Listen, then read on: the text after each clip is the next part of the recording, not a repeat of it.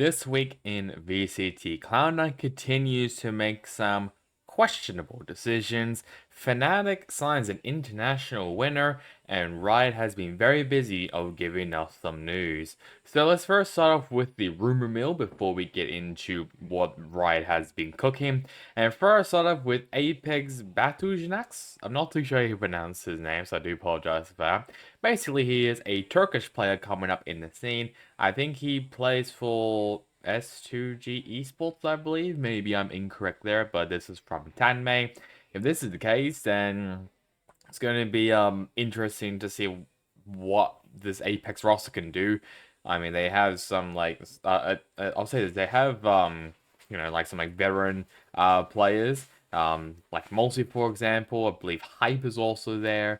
And so they have some veterans, but they also have like like fluorescent, I guess I'm gonna say, Batujanax now, potentially like some young players coming into the scene as well. So I'm a bit skeptical about this change. I just don't know how this is gonna go. I know he did play for Apex in a qualifier event, I believe. I think it was Red Bull Homegrounds or something. I'm not too sure. He performed all right there. But I'm interested to see of how this entire roster can work for next year, 2025. And the other rumor is that Global Esports will be signing Darion.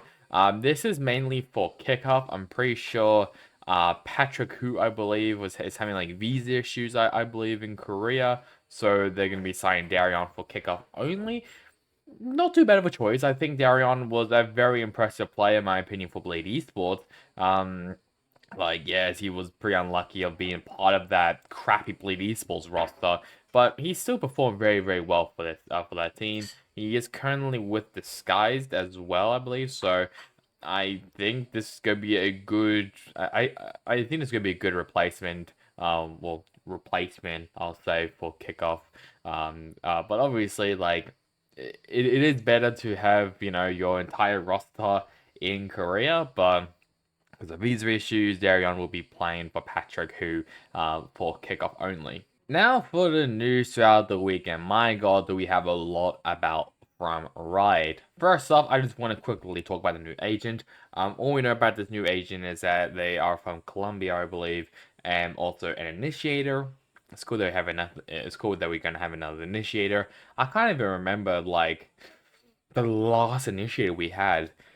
Like, I don't know. I'm trying to think right now, but it's been a while since we've had a new initiator coming into the game. But it's cool that we're gonna be having another one.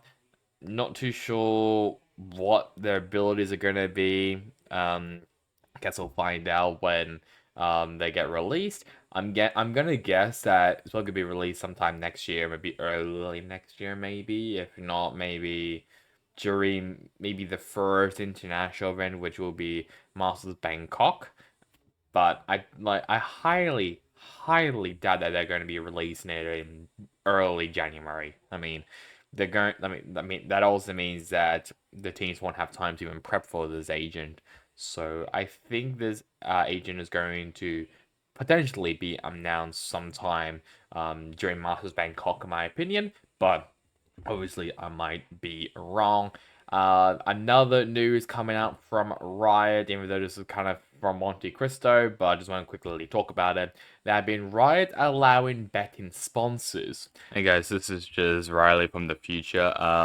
I believe when obviously doing a bit more research on this is just a rumor. So I guess just take this with a grain of salt, and I guess as well I'm talking about if Riot does allow betting sponsors, so just take that as you will.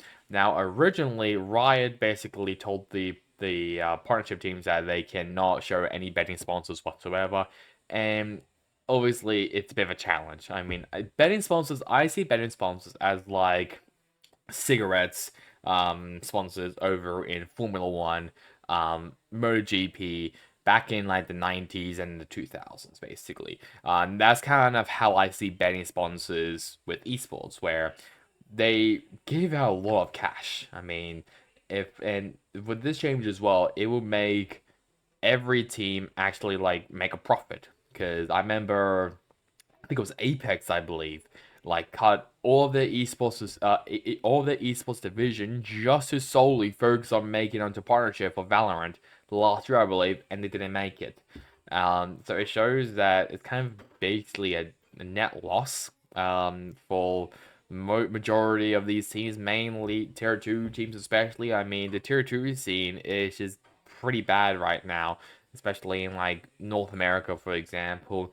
Latin America's been alright, Brazil's alright, I think EMEA should be okay, and Pacific is alright, but I think because everyone mainly focuses on North America, or like majority of the fans are from North America, everyone looks at that, and there's not a lot of orgs, I guess I can say. There's obviously two collision teams of like Winthrop University and Maryville Esports, but then there's like TSM, YFP Gaming, Voicex Shopify. That's all. Like, there's no like big orgs like FaZe Clan or FlyQuest or any of those orgs there. Or and M80. I mean, they legit left Valorant at the end of Ascension.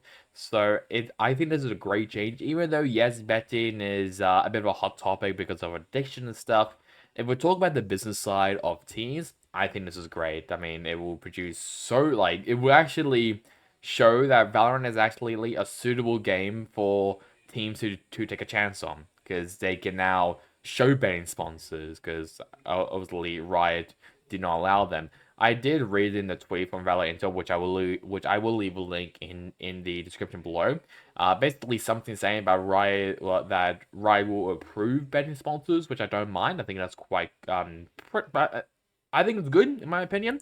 Um, but I still think that this is going to be a good change, in my opinion, for Riot to allow betting sponsors to finally be in Valorant and also in League of Legends as well. Next up, we need to talk about some challenges news that Riot also announced. So let's just have a quick read of the challenges for 2025. Obviously, this is what the calendar is going to look like. Obviously, we had the first wave of challenges during January, February. Then we have the qualifiers and the playoffs during March. And then in late April into May will then be the second split of challenges. Qualifiers and playoffs will be happening in June, July. Mid-July to around maybe mid to end August will then be split 3 for challenges. I think, yeah, that's what it looks like. And then playoffs will be happening during August and September. Then VCT Ascension will be there during October.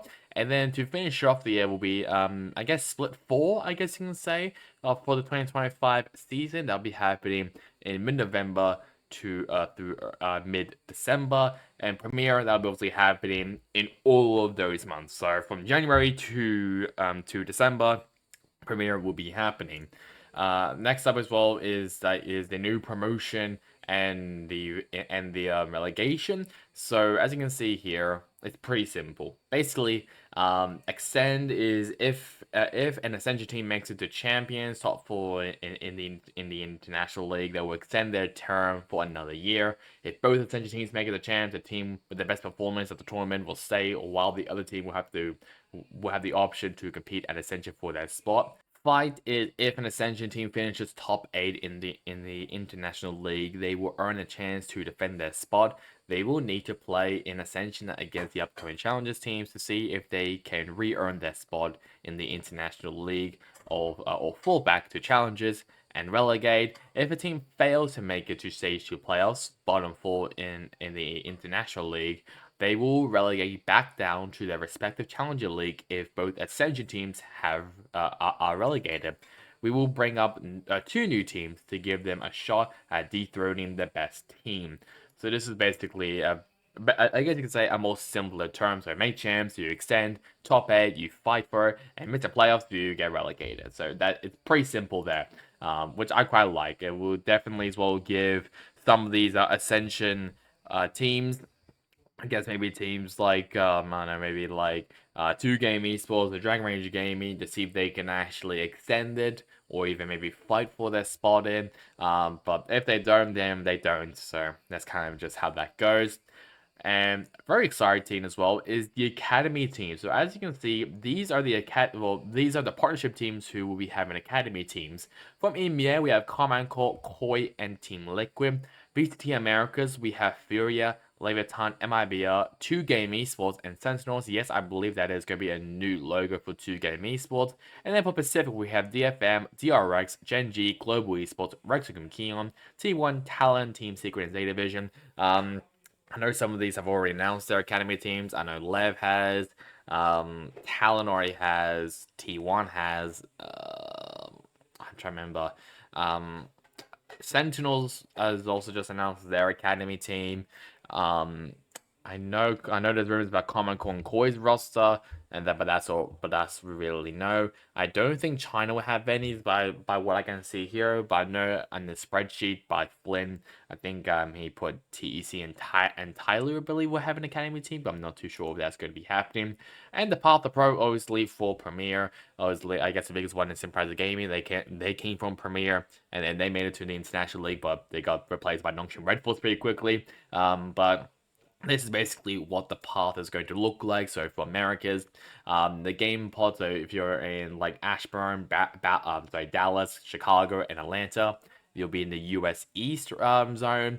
If you're in Oregon, Dallas, Chicago, or North Carolina, I am pretty sure that's what it is. You'll be in the U.S. West one. I'm not too sure why Dallas and Chicago are there, but whatever. Mexico City, Miami, and Latam Chicago. That's weird. They'll be in Latam North, while also Santiago and Bogota, I believe. That'll be Latin America South, and Sao Paulo will be Brazil. US East and West will be North America for the Challengers League. Latam North, Latam South, and Brazil will be in Brazil. EMEA, Frankfurt, that'll be in the Dash region. London and Stockholm, that'll be in the Northern European scene. Madrid, which will be for Spain. Paris will be for France.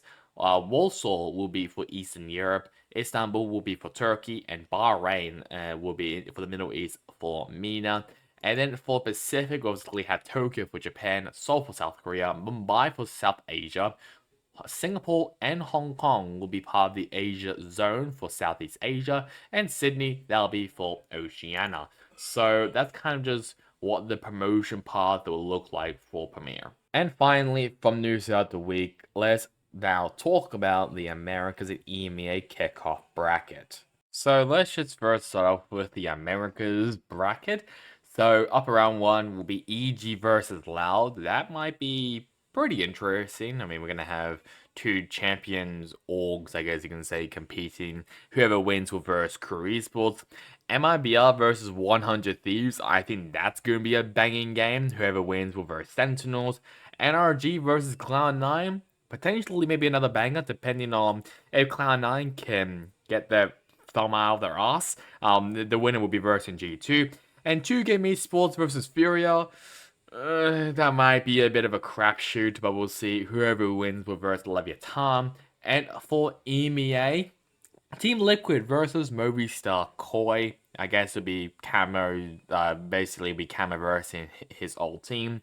Whoever wins will verse Foot Esports. Common Core versus Navi. That might be a pretty good match. Whoever wins will verse Team Vitality. BBL versus Giant X. Battle of interesting rosters. Whoever wins will verse against Fnatic.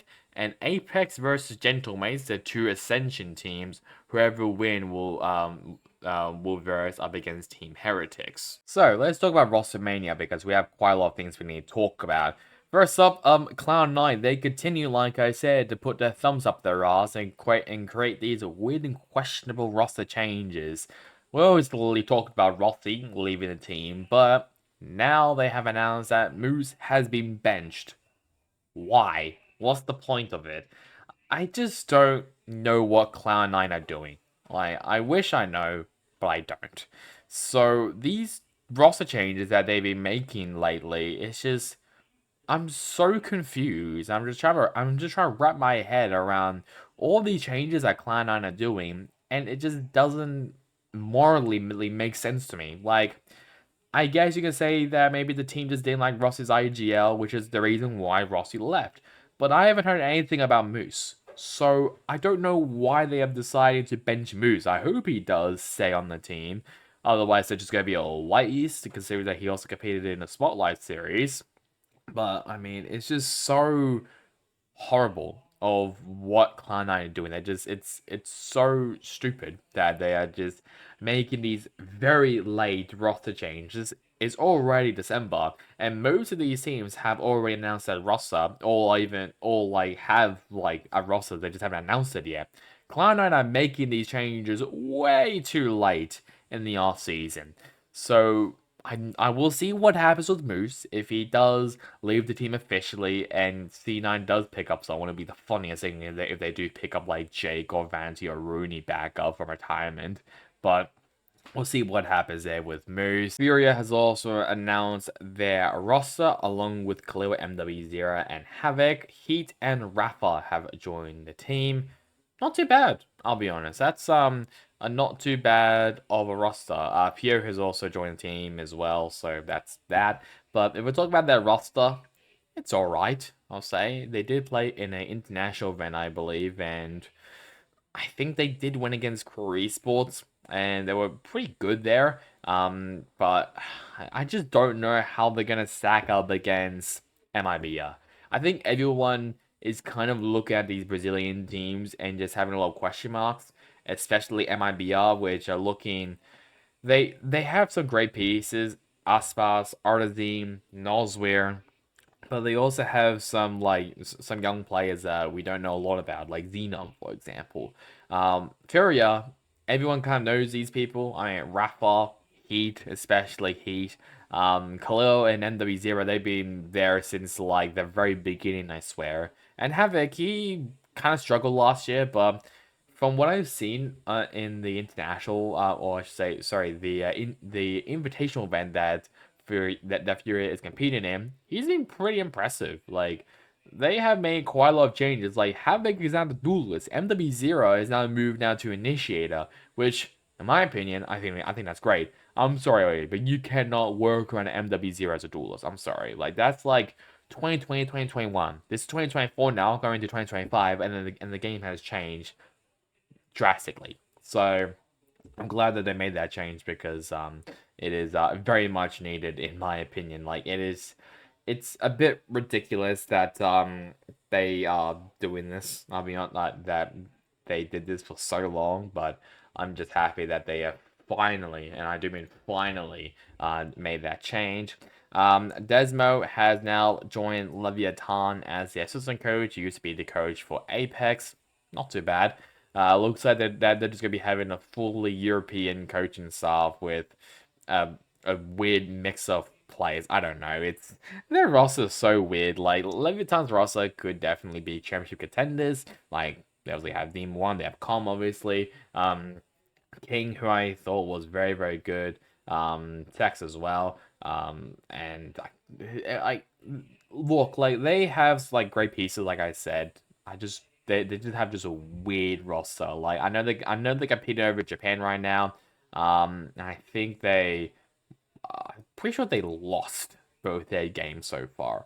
So it's not a good look for Leviathan so far. But I'm more interested to see of how they go next year in on the international stage, in Americas. If they do make it to maybe Toronto or even champs, that'll be interesting to see. But I don't think they're gonna make it to Masters Bangkok. I'm sorry, I don't think that's ever gonna happen in my opinion.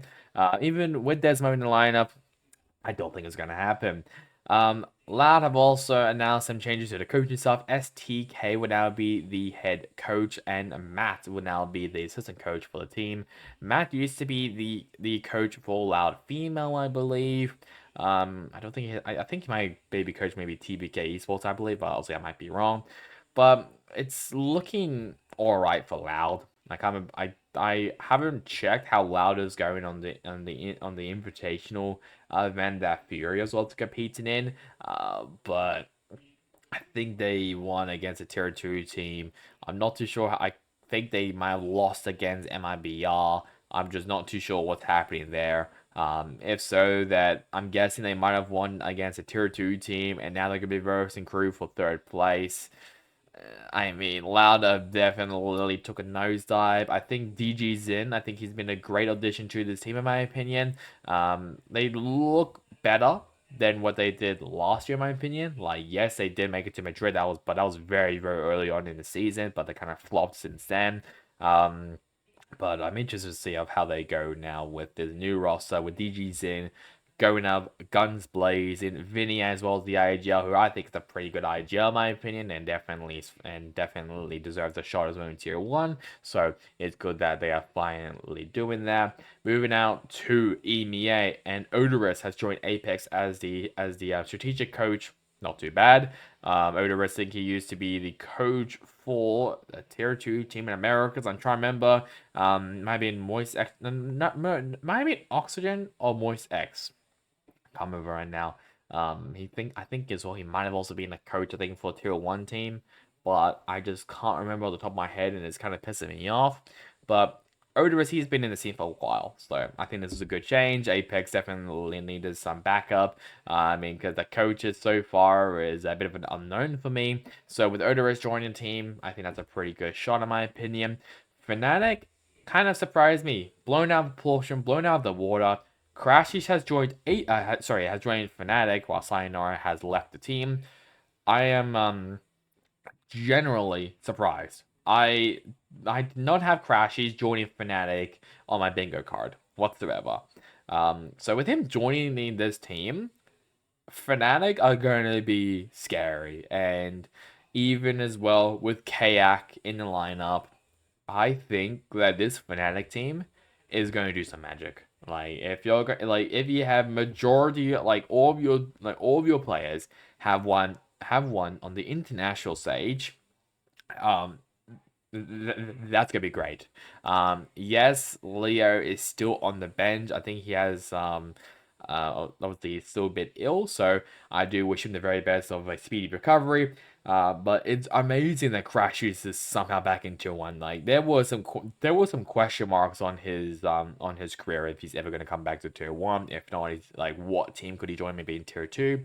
So with him to join Fnatic, I think that is a massive W for Fnatic, and really serve as a question of there are so many like imports, like American imports especially coming into EMEA. Like it's not just Crash, it's like Flyers there, Sardak is there as well.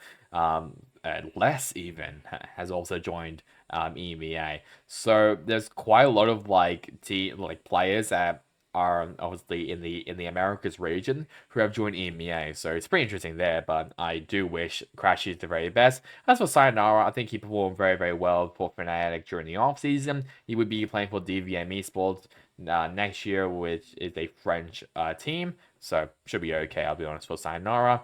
Artist has officially left Na'Vi. No surprise, I'll be honest. This was kind of expected considering that they've already announced a 5-man roster.